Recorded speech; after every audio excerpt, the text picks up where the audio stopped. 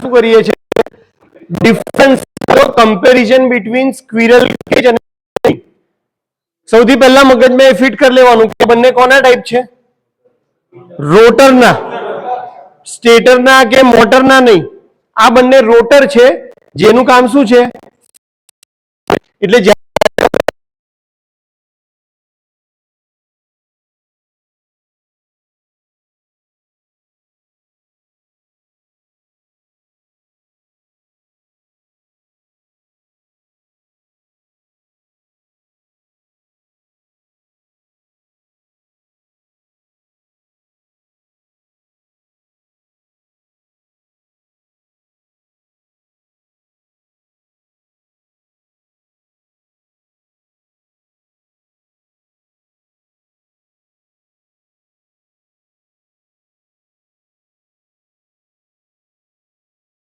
પહેલો ડિફરન્સ બધાને કન્સ્ટ્રક્શનમાં ખ્યાલ આવ્યો કે અહીંયા સ્લીપ રિંગ અને છે આ સિમ્પલ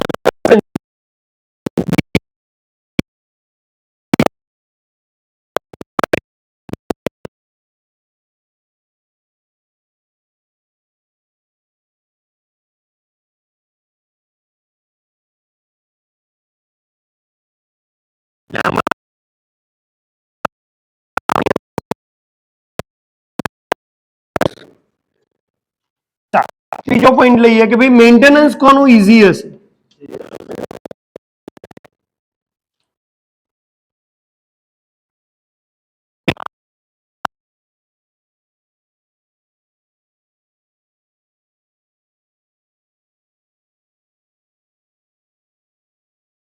કોણ મોંઘું આ સૌથી સસ્તું હશે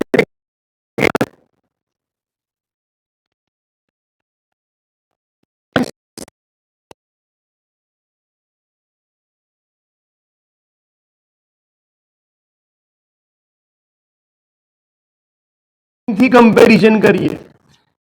એમાં છે સ્ક્વિરલ કેજમાં છે એવી રીતે સ્લીપ રિંગ ની વાત કરીએ તો સ્લીપિંગ સ્લીપિંગ ની અંદર છે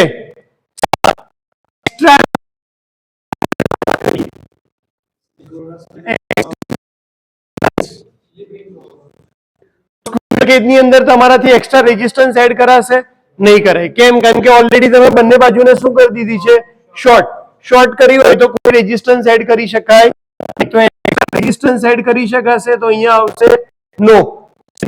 આવશે સ્ટાર્ટિંગ ટોર્ક છે સ્ટાર્ટિંગ ટોર્ક જો મારે એની હોય તો આની પોસિબલ છે એકવાર મશીન બની ગયું રોટર બની ગયું પછી એમાં એ પોસિબલ છે નહીં સ્ટાર્ટિંગ ટોર્કથી ઇન્ક્રીઝ થાય નહીં જ્યારે સ્લીપ ની અંદર શું થશે એક્સ્ટ્રા રેઝિસ્ટન્સ એડ કરી અને હું સ્ટાર્ટિંગ ટોર્કને કંટ્રોલ કરી શકું એટલે કે વધારી શકું કંટ્રોલ ઇન ધ સેન્સ તો જે ટોર્ક મળે છે એના કરતા જો તમારે વધારે ટોર્કની જરૂર હોય તો તમારે પહેલેથી કઈ મોટર લઈ લેવાની સ્લીપ રિંગ વાળી રોટર યુઝ કરવાની કેમ તમને ખબર છે કે જેટલો ટોર્ક છે એના કરતા વધારે મારે જરૂર પડવાની છે તો એ કઈ રીતે વધારી શકશો તો એક્સ્ટ્રા રેઝિસ્ટન્સ એડ કરીને એક્સ્ટ્રા રેઝિસ્ટન્સ ક્યાં એડ કરશું સ્લીપ રિંગ ઉપર એટલે સ્ટાર્ટિંગ ટોર્ક આમાં વધારે ગયો ઓકે એફિશિયન્સી કોની વધારે હશે એફિશિયન્સી વધારે કોની હશે સ્ક્વિરલ કેજની કારણ કે એની અંદર કઈ મેન્ટેનન્સ નથી આવા કોઈ પાર્ટ્સ નથી સિમ્પલ કન્સ્ટ્રક્શન છે તો એફિશિયન્સી હશે સ્ક્વિરલ કેજની વધારે આની કમ્પેરેટિવલી કેવી હશે ઓછી એમાં વધારે થતા હશે સ્લીપિંગ ની અંદર કારણ કે આની અંદર તો એકવાર તમારા કંડક્ટર ફિક્સ થઈ ગયા પછી બીજો કોઈ રેઝિસ્ટન્સ એડ થવાનો નથી આમાં રેઝિસ્ટન્સ એડ થશે જેટલો રેઝિસ્ટન્સ વધારે એટલા તમારા I2R લોસીસ કેવા થઈ જશે વધારે એટલે લોસીસ આની અંદર થઈ જશે લેસ આમાં થઈ જશે મોર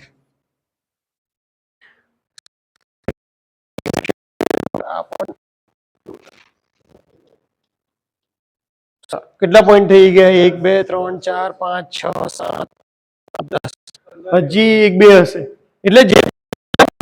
હજી 1 2 કરી શકીએ 1 મિનિટ લોસીસ આવી ગયો, સ્ટાર્ટિંગ ટોર્ક આવી ગયો, એક્સ્ટ્રા રેઝિસ્ટન્સ આવી ગયો, સ્લીપિંગ આવી ગઈ, એન્ટરિંગ આવી ગઈ, કોસ્ટ આવી ગયું, મેન્ટેનન્સ આવી ગયું, કન્સ્ટ્રક્શન આવી ગયું. ઓકે,